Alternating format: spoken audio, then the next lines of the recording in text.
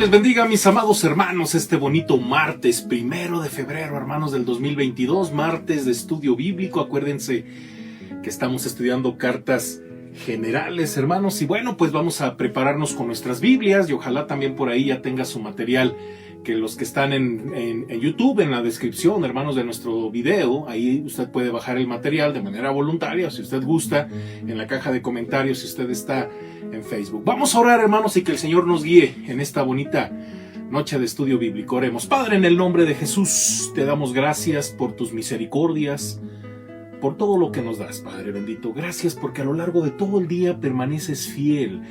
Diariamente, cada instante nos provees, Padre, nos hablas, nos exhortas, nos animas, nos consuelas. Todo, Padre, gracias por tu palabra, por tu Espíritu Santo.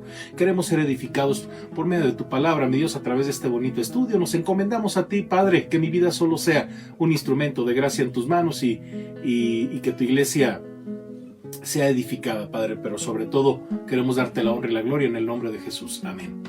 Amén, amén, amén, hermanos. Pues vamos a continuar. Acuérdense, hermanos, que comenzamos una nueva temática, porque acuérdense que el autor, hermanos, a partir del capítulo 5, versículo 11, hace una especie de paréntesis, hermanos. Cuando termina el versículo 10, él hace el paréntesis porque él está hablando del sumo sacerdocio de nuestro Señor Jesucristo. Acuérdense que es un tema muy fuerte, muy importante en nuestra fe. Es el único autor que habla de manera profunda sobre el sumo sacerdocio de Jesucristo, el único autor en el Nuevo Testamento. Y luego hace un paréntesis, hermanos, y comienza con una serie de exhortaciones. Y bueno, la semana pasada por ahí comenzamos de los versículos del 11 en adelante hasta acabar el capítulo 5. Hoy vamos a empezar el capítulo 6, hermanos, versículos del 1 al 3, y lleva por título, hermanos, de esta sección de exhortaciones, número 2, enseñanzas elementales. Vamos a poner mucha atención, hermanos, porque es bien importante dentro de esta paréntesis de exhortaciones, ¿a qué se refiere el autor? Mira, hermanos, leyendo aquí el material, una lectura rápida, fíjense bien, de este pasaje revela que el escritor parece haber recapacitado. En el capítulo 5, versículos del 12 al 14, que fueron los de la semana pasada, afirma que sus lectores no pueden digerir comida sólida y deben beber leche. En el capítulo 6, versículos del 1 al 3, que es el estudio de hoy, les ordena avanzar hacia la madurez, de irse hacia adelante, de no quedarse atrás, y procede a prepararlos para recibir verdades espirituales más profundas. Pero si miramos con más detenimiento, vamos a actuar a un experto psicólogo que moviliza a su auditorio ocasionándoles vergüenza. Se espera que el efecto de lo que ha dicho respecto a sus hábitos de comida espiritual sea positivo, ¿verdad? Porque pues a veces sí hay que llamar la atención y decir, oye, hermano, pues es que pareces un bebé espiritual.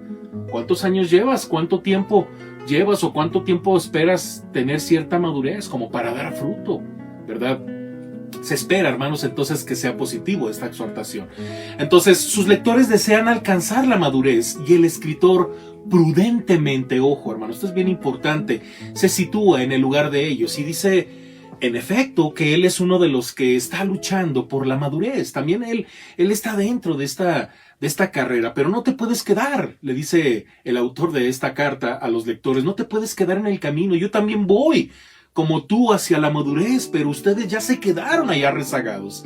Leamos los versículos, hermanos, del 1 al 2. Dice de la siguiente manera: por tanto, dejando ya los rudimentos de la doctrina de Cristo, vamos adelante a la perfección, no echando otra vez el fundamento del arrepentimiento de obras muertas, de la fe en Dios, de la doctrina de bautismos, de la imposición de manos, de la resurrección de los muertos y del juicio eterno. En vez, hermanos, de enseñarles nuevamente las verdades elementales de la palabra de Dios, hermanos, el escritor insta a sus lectores a ir más allá de estas verdades. Ellos no ignoran las enseñanzas elementales de la doctrina cristiana. Necesitan ser estimulados a profesar en su comprensión de la fe. Deben repasar las enseñanzas elementales acerca de Cristo para estar listos para recibir mayor instrucción. La expresión introductoria, por tanto, es retrospectiva. En los versículos precedentes, hermanos, el escritor contrasta al creyente espiritual débil con el cristiano maduro. Y el modelo que propone a sus lectores es el de un creyente que se esfuerza por llegar a la madurez. Los exhorta a que avancen hacia la perfección, habiendo dejado atrás las enseñanzas elementales. En realidad, hermanos, el escritor está diciendo, avancemos hacia una comprensión adulta. Y juntos podemos hacer esto. El verbo que utiliza el autor, hermanos, vamos adelante, es clave, ya que transmite la idea de que uno debe ejercitarse activamente para progresar. El escritor se incluye y se coloca a sí mismo en el nivel de sus lectores, aunque por ser el maestro, ocupa realmente una posición superior a la de los destinatarios de su carta. Esto implica, hermanos, que el escritor no ha logrado todavía la madurez en asuntos espirituales. Es por eso que el escritor no explica las verdades elementales acerca de Cristo, sino que simplemente las bosqueja, hermanos. Fundamento, por ejemplo, número 1, el del arrepentimiento; número 2, de la fe en Dios; inciso B, ¿verdad? Haciendo un pequeñito bosquejo, instrucciones de, número 1, los bautismos, la imposición de manos, la resurrección de los muertos y el juicio eterno. Inciso A, hermanos, no echando otra vez el fundamento. Vamos a explicar esta pequeña frase. Se refiere acá, hermanos, el escritor a un código de instrucción ya presente en la iglesia del primer siglo. Quizás, hermanos, miren que el teólogo escocés del siglo pasado, F.F. Bruce, muy conocido en la comunidad teológica, ¿verdad?, por sus comentarios, este hermano señala, hermanos, que los artículos que se mencionan entre las enseñanzas elementales son tanto judíos como cristianos. Ojo, damos por sentado de estas doctrinas, que estas doctrinas recibieron una preeminencia mucho mayor en la iglesia cristiana que en la sinagoga judía. Estas verdades también pueden haber sido usadas como una doctrina que los nuevos conversos debían aprender antes de ser totalmente aceptados. Fin de la nota. Hermanos, dado que los lectores saben que para ser miembros de la iglesia deben tener un fundamento de arrepentimiento y fe, el escritor afirma, hermanos, que no es necesario volver a poner dicho fundamento. Le explica a su auditorio la diferencia existente entre las doctrinas básicas, que él llama fundamentos, ¿sí?, y las verdades profundas de las escrituras que los creyentes deberían estudiar para profesar en su vida espiritual. Él llega finalmente a la conclusión, hermanos, de que a causa de su membresía, los creyentes ya han echado dicho fundamento. Inciso B, el fundamento del arrepentimiento de obras muertas. ¿Qué significa esto, hermanos? Miren que el primer componente del fundamento espiritual del cristiano es el arrepentimiento, como lo leemos por ahí en Hechos capítulo 2, versículos 3 y capítulo 3, versículo 19, ¿verdad? En estos sermones, léalo ahí en casita, hermanos. Esto significa apartarse de algo que causa daño al propio ser.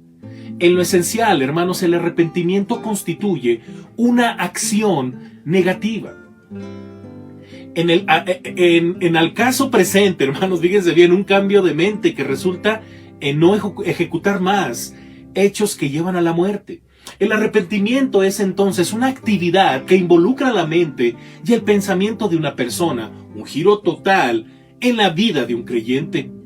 Él ya no muestra interés en actividades que llevan a su destrucción, ahora evita el efecto del pecado que lleva a la muerte, tal y como el apóstol Pablo lo escribe en Romanos 5:12, Romanos 5:21, Romanos 6:23 y Romanos 7:11. Ahí usted puede leer todo esto, hermanos. Por eso, hermanos, no viene al caso que el escritor pida a sus lectores que pongan nuevamente el fundamento del arrepentimiento. Inciso C, de la fe en Dios. Echar el fundamento, hermanos, de la fe en Dios era una acción positiva que los creyentes habían llevado a cabo cuando aceptaron a Cristo por fe. Se habían apartado de sus obras que llevan a la muerte y se habían vuelto a la vida en Cristo por medio de la fe. Uno hubiera esperado, hermanos, que el escritor escribiese, ¿verdad?, fe en Cristo en vez de fe en Dios, puesto que los que se habían convertido del judaísmo al cristianismo no necesitaban ser instruidos en la fe del Dios de Israel. La dificultad desaparece, sin embargo, hermanos, cuando nos damos cuenta que a lo largo de su epístola el escritor habla de Dios tal como éste se revela en Cristo. Indirectamente, el escritor recuerda al lector la palabra de Cristo proclamada al comienzo de su ministerio. El tiempo se ha cumplido y el reino de Dios se ha acercado. arrepentíos y creed en el Evangelio. ¿Se acuerdan? Marcos 1:15. Este doble mensaje en labios de Jesús, hermanos, es repetido por los apóstoles. Por ejemplo, Pedro, en el día de Pentecostés, exhortó al pueblo al arrepentimiento y como resultado de ello, 3,000 creyentes fueron añadidos a la iglesia.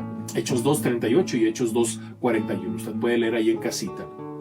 Por supuesto, hermanos, el tema de la fe es prominente en Hebreos. El capítulo 11, por ejemplo, hermanos, que vamos a leer posteriormente, ¿verdad? Con su breve definición de la fe y su lista de héroes de la fe, es un testimonio elocuente del interés del escritor en dicho tema. Para el escritor, hermanos, la fe constituye la confianza total demostrada por Josué, que a causa de su fe entró en la tierra que Dios le había prometido. Capítulo 4, verso 8. Todo aquel que pone fe en el Evangelio, dice el escritor de Hebreos, entra en el descanso de Dios, como ya leímos allá en el capítulo 4, versículos del 2 al 3. Inciso B, de la doctrina de bautismos. Muy interesante, hermanos. Mire que a continuación del fundamento del arrepentimiento y de la fe, viene la instrucción acerca de los bautismos, la imposición de manos, la resurrección de los muertos y el juicio eterno. La primera fase en la instrucción del creyente es la enseñanza acerca de los bautismos. Es digno de notar, hermanos, que el escritor no usa la palabra griega más común, baptisma, o bautismo, como usted y yo lo entendemos, sino más bien el término baptismos en griego, lavamiento, como se utiliza en Marcos capítulo 7:4. Además, hermanos, la palabra aparece en plural, esto en el original. ¿Qué es lo que el escritor está diciendo? Bueno, el uso del plural, hermanos, es un motivo suficiente para suponer que él está llamando la atención a lavamientos que no son necesariamente el bautismo cristiano. Por ejemplo, hermanos, en el Nuevo Testamento se refiere al bautismo de Juan el Bautista.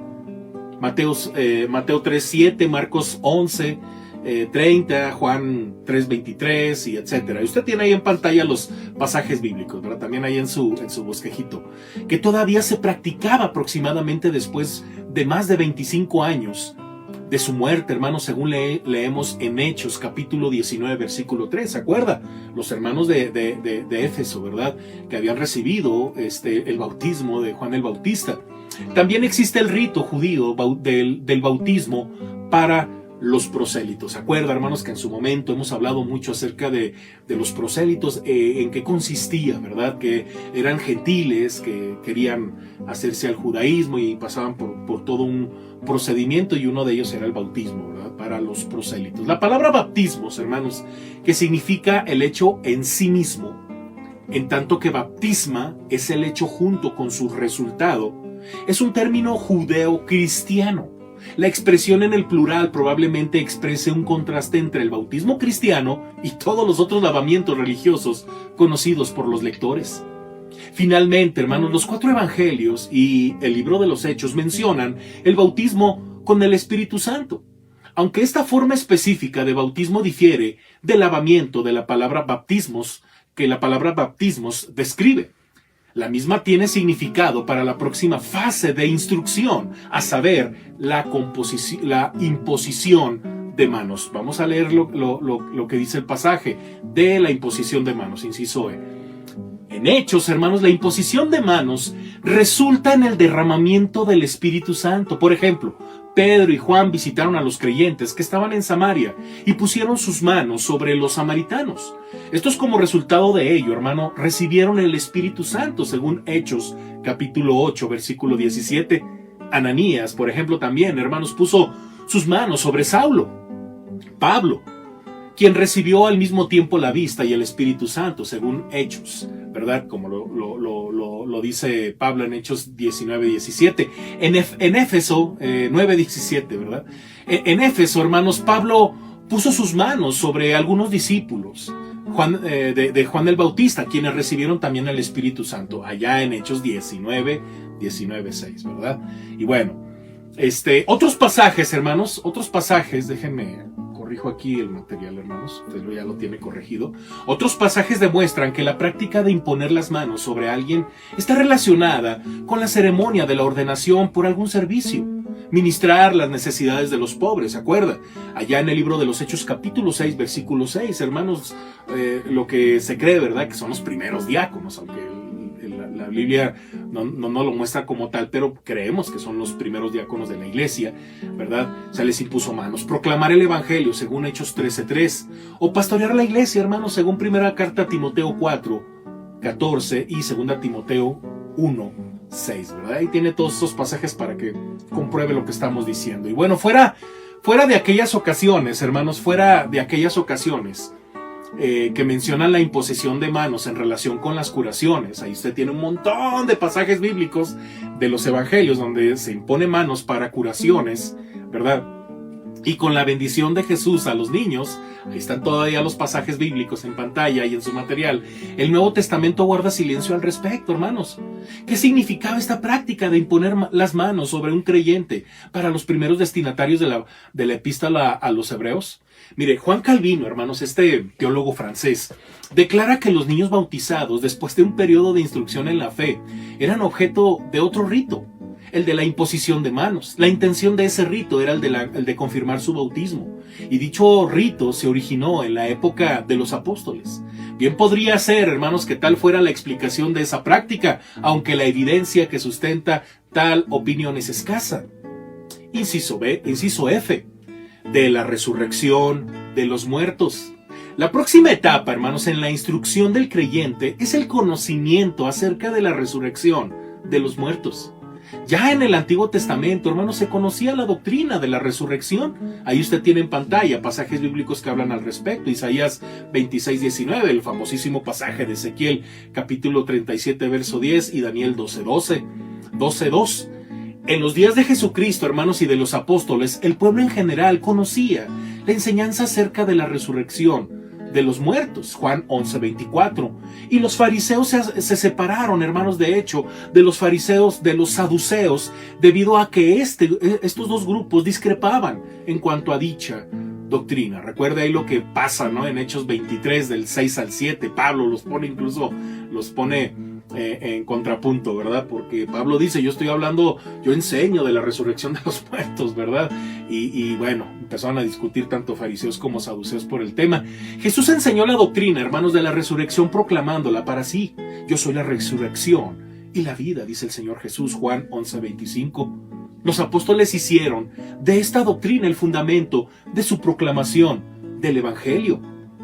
El escritor de Hebreos, hermanos, se refiere a esta doctrina tanto en forma directa como indirecta. Inciso G. Y del juicio eterno. Las doctrinas las dos doctrinas, la de la resurrección y la del juicio eterno, hermanos, tienen una relación lógica, aunque no debiéramos explicar la primera en términos de la resurrección de los justos y la segunda como el juicio de los impíos. El escritor no nos da suficiente información, así que actuamos bien si entendemos estas palabras como referencias generales a estas enseñanzas. Hebreos 6:2, hermanos, es el único texto del Nuevo Testamento que tiene la lectura juicio eterno. Versículo 3, hermanos. Y esto haremos si Dios en verdad lo permite. Ya prácticamente vamos a cerrar este estudio, hermanos. Mire que a causa de su brevedad, hermanos, el texto llega a transmitir claramente lo que el escritor quiere decir. Es por eso que se le ha explicado de diferentes maneras. Inciso A, el escritor proyecta, hermanos, visitar a sus lectores después de que Timoteo sea puesto en libertad, según seguimos leyendo en el capítulo 13, versículo 23, se habla de eso. Luego, una vez que él llegue con Timoteo, los instruirá en las verdades elementales acerca de Cristo. La objeción, hermanos, en contra de esta interpretación proviene indirectamente del escritor mismo, que quiere que sus lectores avancen hacia la madurez. ¿Por qué habría de enseñarles, hermanos, artículos elementales de la fe después de haberles impartido doctrinas que son difíciles de explicar? Y bueno, como dice el versículo 11 del capítulo 5, dice, acerca de esto tenemos mucho que decir y difícil de explicar, por cuanto os habéis hechos tardos para oír. Inciso B, el pronombre nosotros, hermanos, que básicamente alude toda la carta, ¿verdad? Que se alude a sí mismo el autor, ¿no? Con los lectores. el pronombre nosotros es usado en un sentido editorial. O sea, ¿qué significa? De su propio sello. El escritor, hermanos, se refiere a sí mismo del mismo modo que lo hace en el capítulo 5, versículo 11, cuando dice tenemos mucho que decir, ¿verdad? Y bueno, vamos adelante a la perfección. No obstante, el verbo principal de los versículos que lo anteceden está en la primera persona plural. Vamos adelante a la perfección. Versículo 1, capítulo 6. Y el escritor se considera a la par de quienes reciben su epístola. Inciso C, hermanos, y con esto terminamos. El verbo principal, vamos, fíjense bien, hermanos, es el que recibe el énfasis en el capítulo 6, versículo 1. El escritor, hermanos, después de formular la exhortación, indica en forma simple y positiva que él y sus lectores cumplirán con dicha exhortación y agrega la cláusula, si Dios en verdad lo permite. Esto quiere decir, hermanos, que aunque el escritor de Hebreos toma en serio su tarea docente y pastoral, es Dios, hermanos, que tiene que abrir los corazones de la gente que recibe instrucción a las verdades de la palabra de Dios. Y bueno, hermanos, en realidad, hermanos, ya para terminar este versículo, hermanos, esta cláusula debe ser considerada como una introducción a los siguientes versículos, del 4 al 6. Si usted sigue leyendo en su Biblia, usted va a encontrar que el escritor enseña, hermanos, que para algunas personas el arrepentimiento ha llegado a ser algo imposible. Entonces, no se lo pierda, hermanos, la siguiente semana vamos a continuar con toda esta serie de exhortaciones, es hasta el versículo 20, acuérdese. Y luego ya después comenzamos nuevamente con lo que estaba explicando del sumo sacerdocio, ¿no? Muy bien, hermanos, pues vamos a orar, hermanos, y bueno, y pues yo creo que la invitación, la reflexión de esto que hemos aprendido es que avancemos a la madurez, hermanos, juntos, no nos quedemos en el camino. Es importante conocer las doctrinas, es importante que usted conozca en qué cree, cuáles son las doctrinas que usted y yo creemos. Es importante, hermanos, que si por ejemplo, ¿no? Ahorita que estamos dando teología, pues nos metamos al ruedo, hermanos. O sea, yo se lo dije la semana pasada, yo me comprometo a que la clase sea para todos, ¿verdad? Pero eso no significa, hermanos, que sea imposible, hermanos, todas estas enseñanzas, que usted diga, es que es imposible que yo las entienda. Hermanos, estamos juntos en el camino. Y si tiene preguntas, tiene dudas, usted hágalas y le ayudamos todos juntos, porque todos estamos en el camino. Esa es la idea de esta sección, hermanos, del escritor de la carta a los Hebreos. Y él no está así como que dando a entender que él está por encima de mucho conocimiento, sino que él se pone al nivel y les dice, vamos juntos, yo también estoy creciendo. Yo también persigo la madurez, pero no nos quedemos. De igual manera, hermano, oremos. Padre, gracias te damos por este estudio de tu palabra. Te damos gracias porque eres fiel, porque para siempre es tu misericordia y porque nos has llamado, Padre bendito, a que conozcamos tu corazón, que conozcamos mejor a tu Hijo Jesucristo y que tu palabra, mi Dios, sea lámpara a nuestros pies y lumbrera a nuestro camino. Todos, Padre, vamos persiguiendo esa madurez a la estatura del varón perfecto. Danos la fuerza, el valor, danos el ánimo, danos el gozo, la paz que implica el diario caminar, Padre, para seguir creciendo en tu palabra y en el conocimiento de la misma. En el nombre de Jesús, Padre bendito, encomiendo a tu iglesia para que sea una iglesia que siga buscando la reflexión bíblica, que siga buscando el escudriñar las escrituras, que ame tu palabra, mi Dios. En el nombre de Jesús te lo pido y te lo ruego. Amén. Amén, hermanos. Dios me les bendiga. Y bueno, hermanos, el día de mañana, si Dios nos lo permite, nuestro miércoles de capacitación, tenemos nuestro estudio de Introducción a la Teología Sistemática, miércoles 7 de la noche en vivo vía Zoom, hermanos. Es una conexión vía Zoom regular, o sea, ya está la liga, hermanos. Por ahí hay una imagen donde podemos observar los códigos de acceso y usted puede participar. Vamos a subir esa imagen en Facebook para que también usted la tenga ahí a la mano y en los diferentes grupos. Hermanos, no se deje de conectar tampoco el día jueves, hermanos. El jueves a las 7 de la noche también tenemos nuestro estudio de Venid y Ved, hermanos. Acuérdense, jueves de discipulado y evangelismo. Ya a las 8 en punto, hermanos, tenemos por ahí un mensaje evangelístico. El viernes también lo espero con mucho amor, hermanos, a las 6 de la tarde, vía Facebook, para tener nuestro culto de oración unido. Mándeme con tiempo sus oraciones, sus peticiones, por favor, hermanos, para que podamos estar en orden con el programa. No se deje de conectar a sus estudios de departamentos, hermanos. No deje de participar en el Reto Príncipe, sus grupos de oración. Y bueno, hermanos, Dios me les bendiga. Un fuerte abrazo, hermanos. No deje de diezmar, no deje de ofrendar. Acuérdense, hermanos, hay que apartar para la obra de nuestro Dios. Dios me les bendiga, hermanos. Descansen. Hasta luego, hermanos. Bye.